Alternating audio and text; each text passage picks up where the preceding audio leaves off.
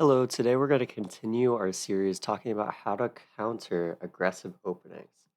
So today we're going to talk about the fried liver attack. This is a very common opening, especially at lower levels, and I'm going to show you a really fun way to counter it and have some fun yourself. So the fried liver starts after e4, e5, knight f3, we defend the pawn, bishop c4, and for starters, we can actually avoid the fried liver right away by playing bishop to c5 instead of knight to f6. Because what this does is it keeps this queen attacking that g5 square, so the knight can't come to g5 just yet. And then if they support this g5 square with the bishop, and now they want to play knight to g5, we could just play a move like knight to f6, and after knight g5, we castle. And this rook is going to be protecting that f7 pawn, and our king is perfectly safe. We're not really worried about any sort of sacrifices like this because the two pieces are going to be more important because they're working towards the center. They're playing a bigger part in the game than the rook and the pawn. Because in this position, white sacrificed their active and developed bishop and knight for a rook and a pawn. So we just have a massive development advantage, and we could just play d5, continue our development. Black should be very happy here. So if you want to just avoid the fried liver altogether, you could just play bishop to c5. But we're going to talk about after knight to f6, knight g5. Here, really the only move is d5. This is the only way to really defend the square because white is attacking it with both the knight and the bishop. And a move like queen e7 just doesn't work because you don't really want to, after either piece takes back, you don't really want to take with the queen here. And so you're stuck down a pawn and without castling rights. So again, the only way to defend this is d5. And after d5, white usually plays e takes d5 because this is like a poison pawn. Black can't actually play knight takes d5, at least just yet. Because if we did, white would play knight takes f7, sacrificing the knight to draw our king out and deliver this double attack on the knight and king. And the only way to defend it would bring our king further into the center, into kind of unshielded territory, where it's going to be very weak. And white can just have a lot of fun here with this king in the center, continuing to put pressure on our position.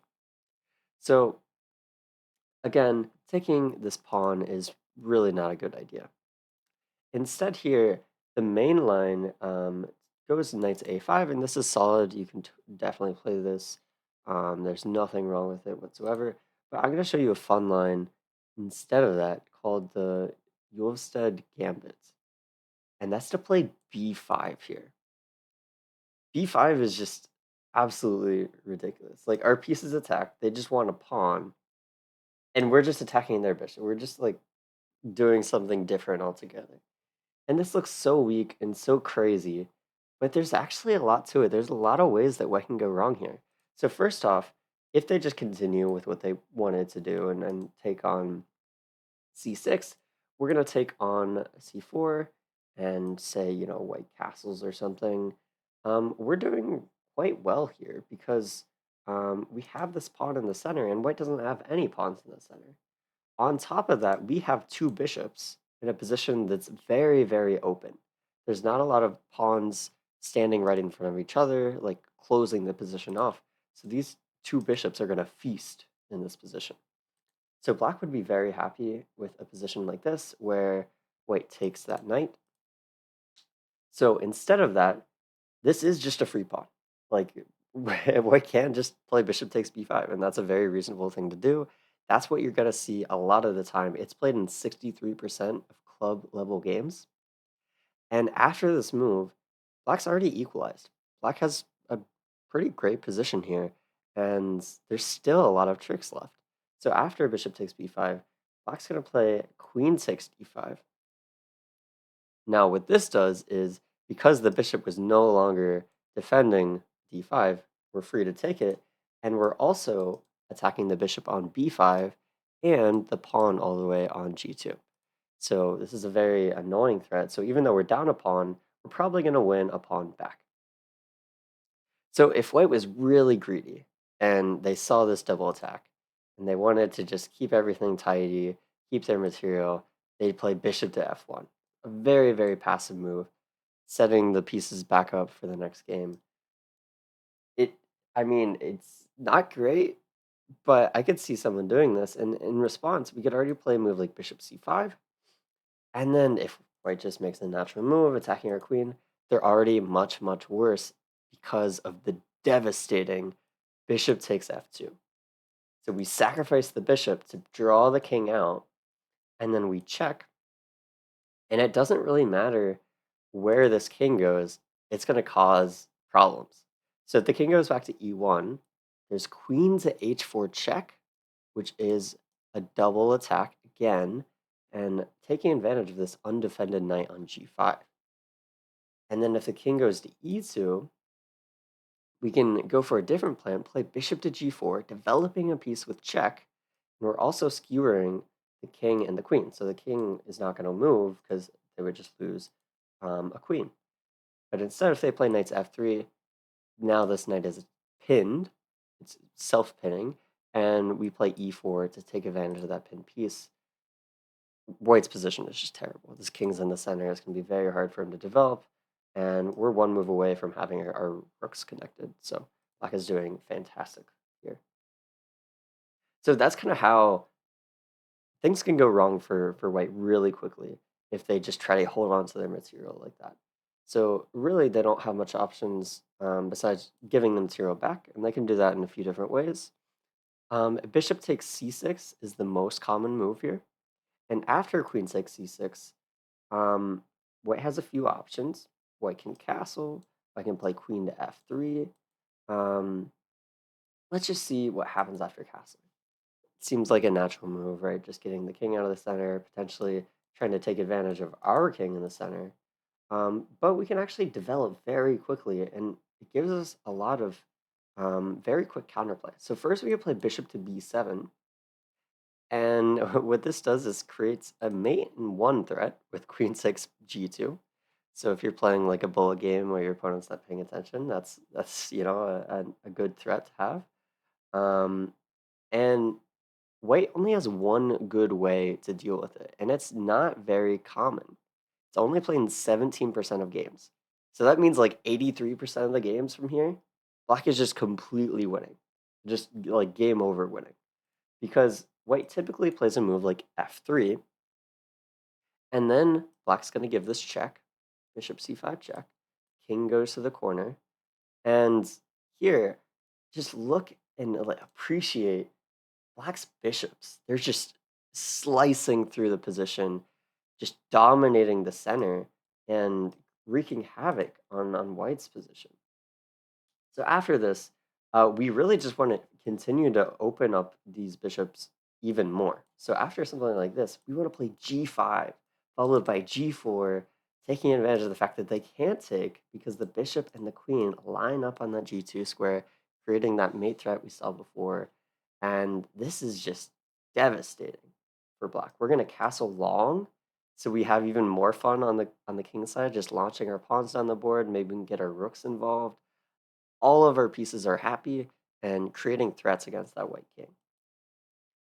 So again, very scary stuff. White's best move here instead of f3 would be to do something like queen to f3. Even knight to f3 is actually quite bad because after this, we have some options here. I think the simplest is probably just a castle long. And again, all of black's pieces are doing fantastic, and we have this pin so the knight can't take on e5. So a very crazy position, but a very fun one at that. So bishop takes e6 isn't really that problematic. We can have a lot of fun there. But knight to c3 is a different move, which perhaps is a little bit more logical because it both defends the bishop and attacks our queen and develops a piece. So, does a lot in one move. Makes a lot of sense. And here they dealt with this threat, but they didn't deal with the other threat. So we're just going to take that pawn. And after this move, we are threatening both the rook and kind of the knight on g5, although the knight on g5 is not really hanging because this queen is also tied to our knight. So that was one of the downsides of moving our b pawn, is now this knight doesn't really have any support. But on the other hand, we could bring this bishop to the b7 square on this really nice long diagonal. So there's pros and cons. Here, again, white only has one move to stand a chance here, to not be like completely busted, and that is queen to f3. Because queen to f3 just kind of goes into an endgame where things are very calm, solid. Black is still perhaps slightly better there. But the idea again is the queen is protecting this rook on h1, and the knight is protecting the queen, and a move like queen takes g5 just loses to bishop takes or queen takes on c6. So that's no good. We have to trade the queens, but again, just like I said, black is slightly better here. Black is doing perfectly fine. We just have to break this pin because white was threatening knight takes e5. And after this, play bishop d6, we could castle kingside, probably even castle long. We've got a lot of options. It's very flexible, but I think all of our pieces, again, are going to be quite happy. If we could bring this knight to d4, that would also be great. Threatening c2. It's a really double-edged position, so even though it's an endgame, I still feel like it gives us great winning chances. So a lot going on here in this position. We looked at knight to c3, we looked at bishop f1, we looked at bishop takes c6, and just like I said, black is already equal, if not better here. I think practically it's already much worse or harder to play from white side. But just to show how you would counter this if you were white, here, white really only has one move that gives them a very significant advantage, and that is bishop to f1. So personally, I don't think a lot of people are going to play that move. I think that's a very strange move to play, especially if you don't know this line. I don't know how you would think to play bishop f1. The idea is essentially, instead of having your bishop out in the open where it's going to be attacked, the bishop is just going to come back home where it's going to protect the g2 pawn. So after a move like queen takes d5, white can counter this by playing knight to c3 with tempo, attacking the queen, and then the queen's a little bit uncomfortable. It can't take on g2, which is the main point, and then after it moves, white can take on b5, and again, this knight is a little loose because we don't have this b pawn to support it, and white's quite happy here. So this is the one downside of this line. You have to be willing to go into this. There's some pros and cons to this line, but I think there's a lot more pros than cons, especially if you can surprise your opponent with this weapon. One last thing I'll mention, if your opponent goes bishop to e2 instead, there's really only one good move here. If we play if we play queen takes d5, we run into a similar issue where knight to c3 is very annoying, and after queen takes g2, our queen is actually not in a great spot here because bishop to f3 comes, again defending the rook, and we can take this, but they're going to take our knight with check and winning our rook. So that was kind of fast, but the bottom line is we can't really take on g2 because the bishop is going to come and take advantage of this weak knight. So after knight to c3, white would be doing quite well, so we don't want to take on d5. Instead of taking on d5, we're actually going to play knight to d4. And what this move does is it just defends this b5 pawn, gets rid of this loose piece on c6, and brings it to a more central and active square where it's going to cause some problems for white. So after knight to f3, if white were to just castle, we can really just play any move here. We can just develop and castle, and we will be doing quite well. All of our pieces have nice squares again, and this pawn on d5 is it's going to be gone very soon. There's no way for white to really hold on to it if they ever play knight c3. We always have this b4 move in our back pocket to kind of remove the defender of this pawn. We can always play bishop b7 as well. So a lot of ideas here to win back this pawn. And I again think this is a really fun position where both sides have some chances, but I think black is going to have a lot more fun, and it's going to be a lot harder for white to play. So again, to recap, after knight to g5, we play d5 again. It's pretty much forced. But after white takes, we play this move b5, gambiting a pawn and having a really fun game following. So thanks for watching. If you have any questions, list them down below, and I'll see you in the next video.